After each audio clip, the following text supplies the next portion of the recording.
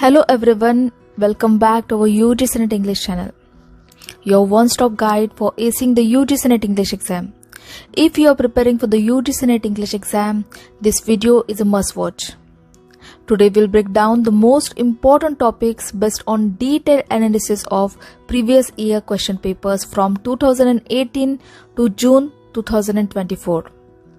And we'll cover key literary moments, must-read authors and works, important theories and critics, study tips and resources. So stay with me till the end because I'll also share exclusive preparation strategies and a surprise resource to boost your studies. So grab your notebook and let's dive in.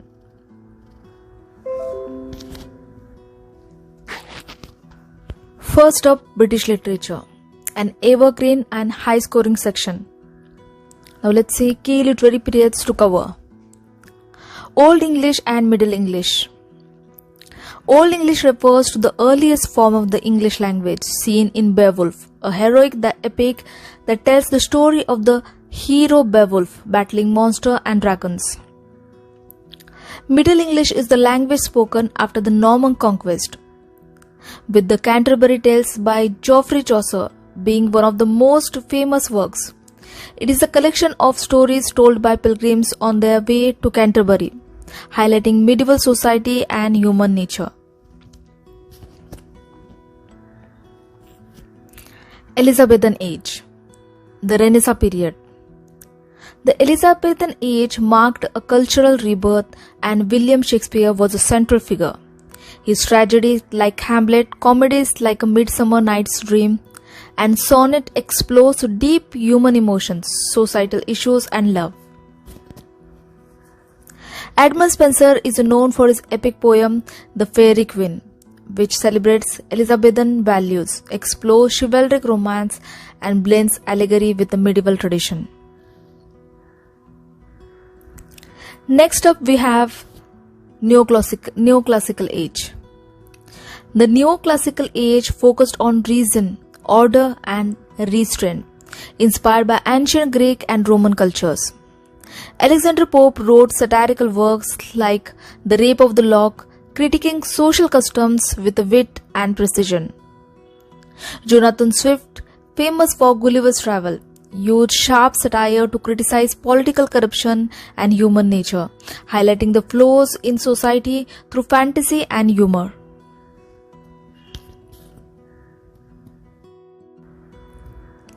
Next up we have Romantic Age. The Romantic Age emphasizes emotion, nature and the imagination. William Wordsworth focused on the beauty of nature and the inner emotions it stirs in his poems like I Wandered Lonely as a Cloud. Samuel Taylor Coleridge, co-author of lyrical ballads, explored the supernatural and the mystical in works like The Rime of the Ancient Mariner. John Keats, with his vivid and sensory-rich poetry, celebrated beauty and human experience, especially in poems like Ode to a Nightingale. Victorian Age. Charles Dickens' Great Expectation is about a young orphan Pip who dreams of becoming a gentleman and learns hard lessons about life, love and class. It explores themes like ambition and social mobility. Next important writer from Victorian Age is Thomas Hardy. Tales of the D'Urbervilles by Thomas Hardy tells the tragic story of Tess, a young woman caught between love, duty and social expectations, showing the harshness of a fate and society. It critiques class and the treatment of women. Next is Robert Browning. In My Last Duchess, Robert Browning presents a dramatic monologue of a duke who reveals his jealousy and possessiveness, hinting at his dark nature. It explores themes of power, control and objectification. Next we have Alfred Lord Tennyson. In Memoriam by Alfred Lord Tennyson is a poem expressing grief over the death of his close friend. It explores themes of love, mourning, and the search for meaning in life and death.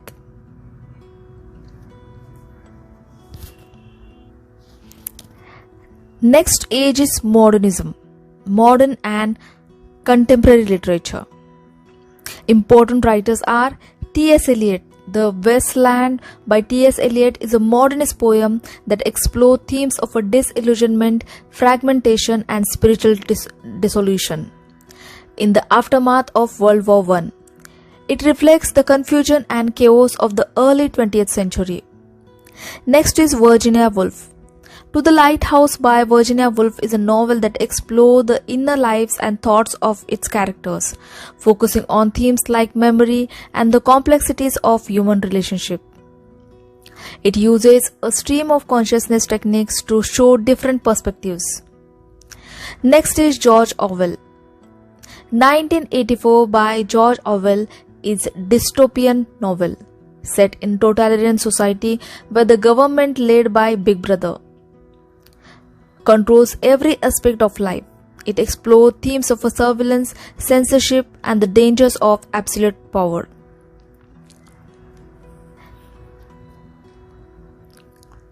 Next is W.H. Auden.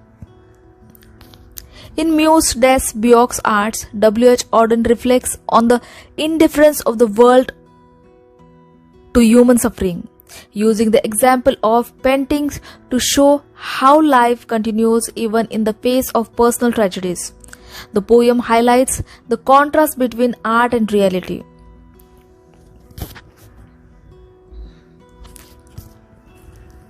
Before we start our next section, I want to say something.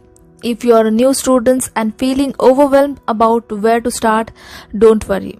Start your journey with my book, UGC NET English Mastery 12 Essential Books, your ultimate guide to cracking the exam with the confidence. Link to buy is in the description below.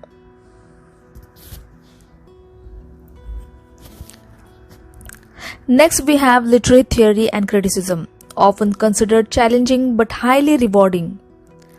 Now let's see must-know theories and schools. Classic criticism.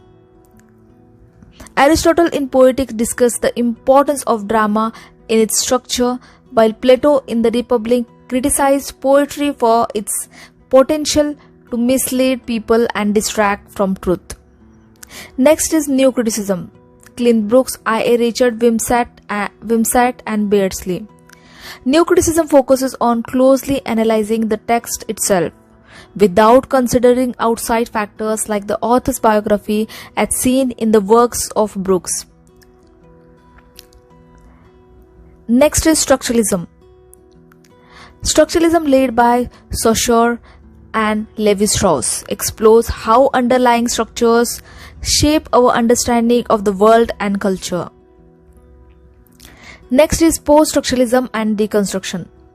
Post-structuralism and deconstruction developed by Derrida and D-Man argue that meaning are unstable and texts have multiple interpretations, challenging traditional ways of thinking.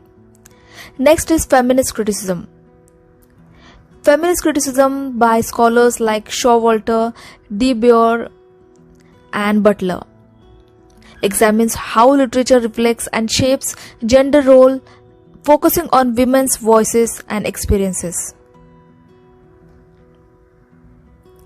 Next we have Marxist criticism. Marxist criticism influenced by thinkers like Karl Marx, Antonio Gramsci and Louis Althusser. Analyzes literature through the lens of class struggles, economic power and social inequality. Next is Psychoanalytic criticism. Psychoanalytic criticism inspired by Sigmund Freud, Jack Lacan, explores how unconscious desire, childhood experiences, and inner conflicts shape characters and narrative in literature.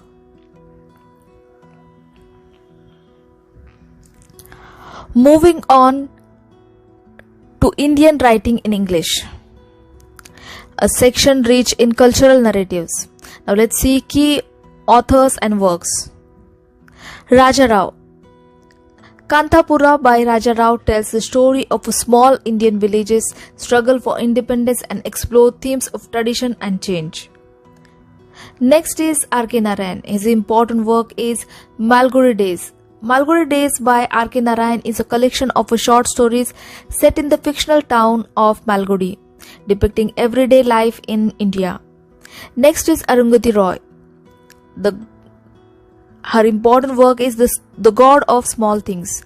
The God of Small Things by Arundhati Roy focuses on the lives of fraternal twins in Kerala and examines social issues like caste and forbidden love. Next is Kamala Das, and her important work is My Story. My Story by Kamala Das is an autobiographical work that explores themes of identity, love, and the struggles of being a woman in Indian society. Next is Anita Desai. Clear Light of the Day. Clear Light of the Day by Anita Desai tells the story of a family in post-independence Delhi, highlighting personal relationship and the impact of history. Key themes of Indian writing in English are post-colonial identity, gender roles, caste and social inequalities.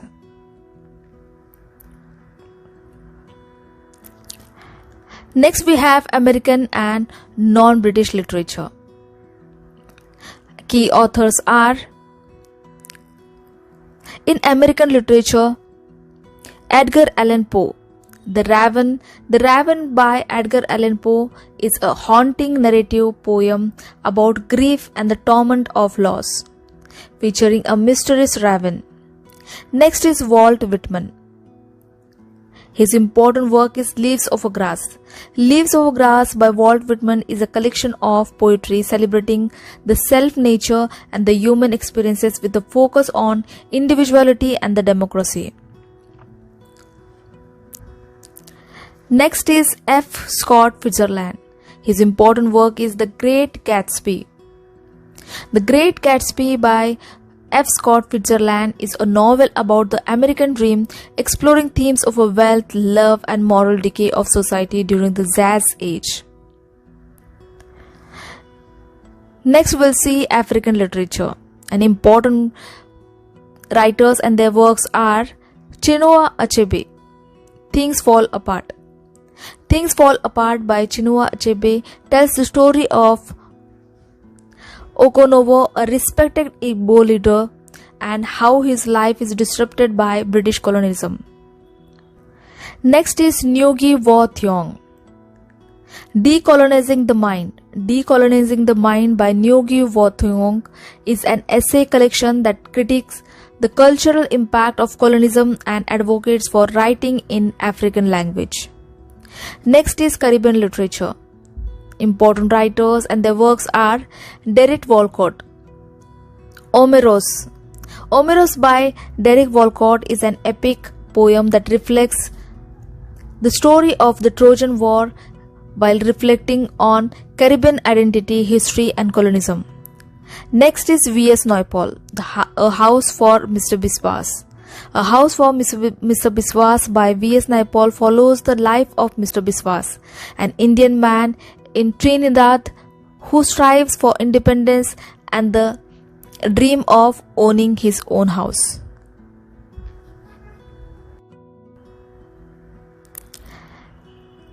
Next we have literary forms and terms. This section tests your foundational knowledge. Now let's see important forms of literature to cover. First we'll see poetic forms. Sonnet, ode, epic and ballad. A sonnet is a 14-line poem usually about love or nature, often written in iambic pentameter. Next we have an ode. An ode is a formal lyrical poem expressing deep feeling or admiration, while an epic is a long narrative poem detailing heroic deeds. A ballad is a simple song-like poem that tells the story, often focusing on themes of love and tragedy. Next is drama. Tragedy, comedy, farce, melodrama. Tragedy is a dramatic form that deals with serious themes, often leading to sad or distraught conclusion. Comedy focuses on humor and light-hearted situation, while farce is a subgenre of a comedy that uses exaggerated situations. Melodrama is a type of drama that focuses on sensational and emotional themes, often with the clear distinctions between good and evil. Next is fiction. Novel, novella, short story. A novel is a long work of fiction that explore characters, plot and themes in depth. A novella is a short form of fiction, typically between a short story and a full-length novel. A short story is a brief narrative that usually focuses on a single incident or themes with a concise structure. Next is literary devices, metaphor, simile, allegory, irony. A metaphor compares two things directly without using like or as, while a simile makes the comparison using like or as. An allegory is story where characters or events represented abstract ideas or moral qualities. Irony occurs when there is a contrast between what is said and what is meant, or what is expected and what actually happens.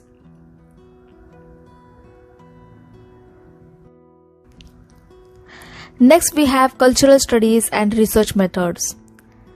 Cultural studies and research methods are gaining weight in recent papers. Now let's see key theories. First is Stuart Hall. A key figure in cultural studies, Stuart Hall focused on how culture shapes identity and power. His important work is Encoding Decoding, discusses how media messages are interpreted by audiences in different ways. Next is Raymond Williams. Raymond Williams explored the relationship between culture, society and power, focusing on how culture reflects social structure. His important work is Culture and Society, examines how cultural concepts evolve in response to changing social conditions. Next, I forgot to mention here Michael Foucault. Michael Foucault analyzed how power is spread throughout society, particularly through institutions like prisons and schools. His important work is Discipline and Punish. Discipline and Punish explore the development of modern surveillance and control mechanism in society.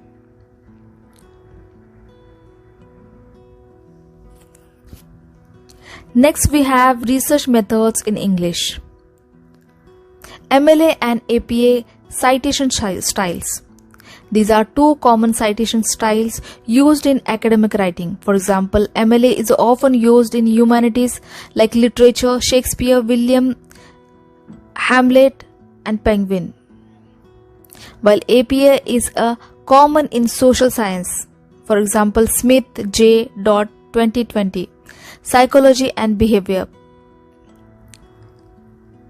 Next is ethical research practices. This involves conducting research in a responsible way, ensuring honesty, transparency and respect for participants. For example, always crediting sources properly and obtaining consent from participants in surveys or experiments.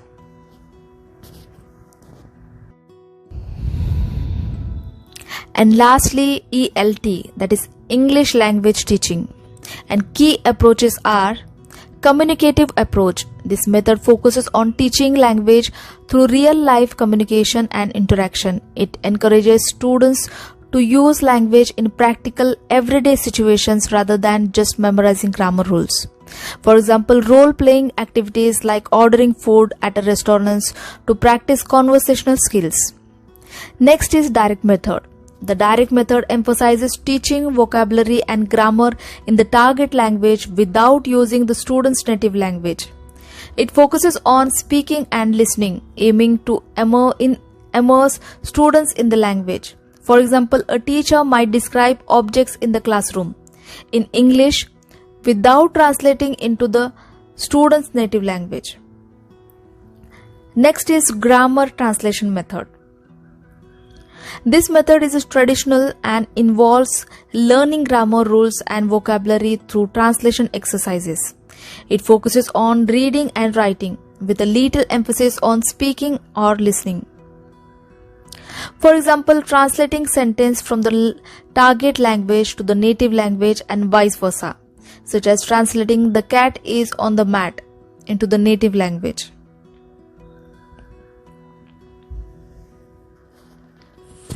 Next, we have English in India.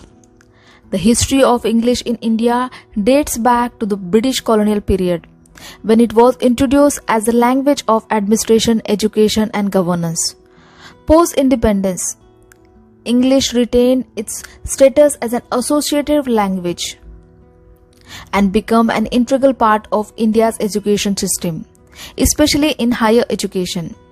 Indian education policies such as the National Policy on Education 1968 and the National Education Policy 2020 emphasizes English as a key medium for global communication, technology, and academic excellence. Next, we have literary movements and periods. Renaissance, a cultural movement that marked the revival of classical learning and values, emphasizing humanism, individualism, and the exploration of science, art, and literature. It laid the groundwork for modern Western thought. Next, we have Neoclassicism, 18th century, a reaction against the excess of a Baroque and Rococo. Neoclassicism drew inspiration from the art, literature, and philosophy of ancient Greece and Rome. It emphasized reason, order, symmetry, and the ideals of clarity, balance, and restraint. Next is Romanticism, late 18th and 19th century, a movement that championed emotion, imagination, and the sublime in nature. It reacted against the rationalism of the Enlightenment and formalism of Neoclassicism, emphasizing individualism, freedom, and the exploration of the mysterious and the supernatural.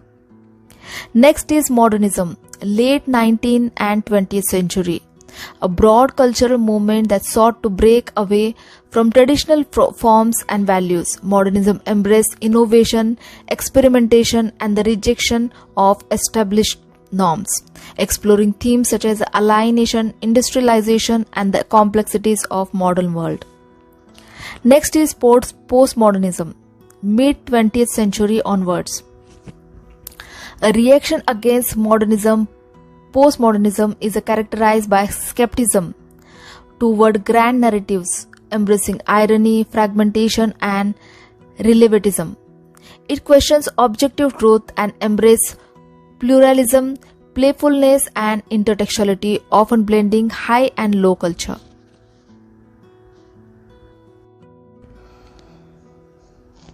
And here are some golden tips to maximize your preparation. Solve previous year question papers 2018 to 2024. Take mock test weekly. Make concise topic-wise notes. Refer to quality guidebooks like UGC NET English Mastery 12 Essential Books. And for exclusive study materials, PDF notes, and mock test sessions, join our Platinum memberships. Link in the description below. And friends, if you found this video helpful, like this video, subscribe to channel, hit the bell icon for updates, and don't forget to drop your questions in the comment section. All the best for your preparation, and remember, success begins with a smart preparation. See you in the next video. Until then, happy studying. And thanks for watching.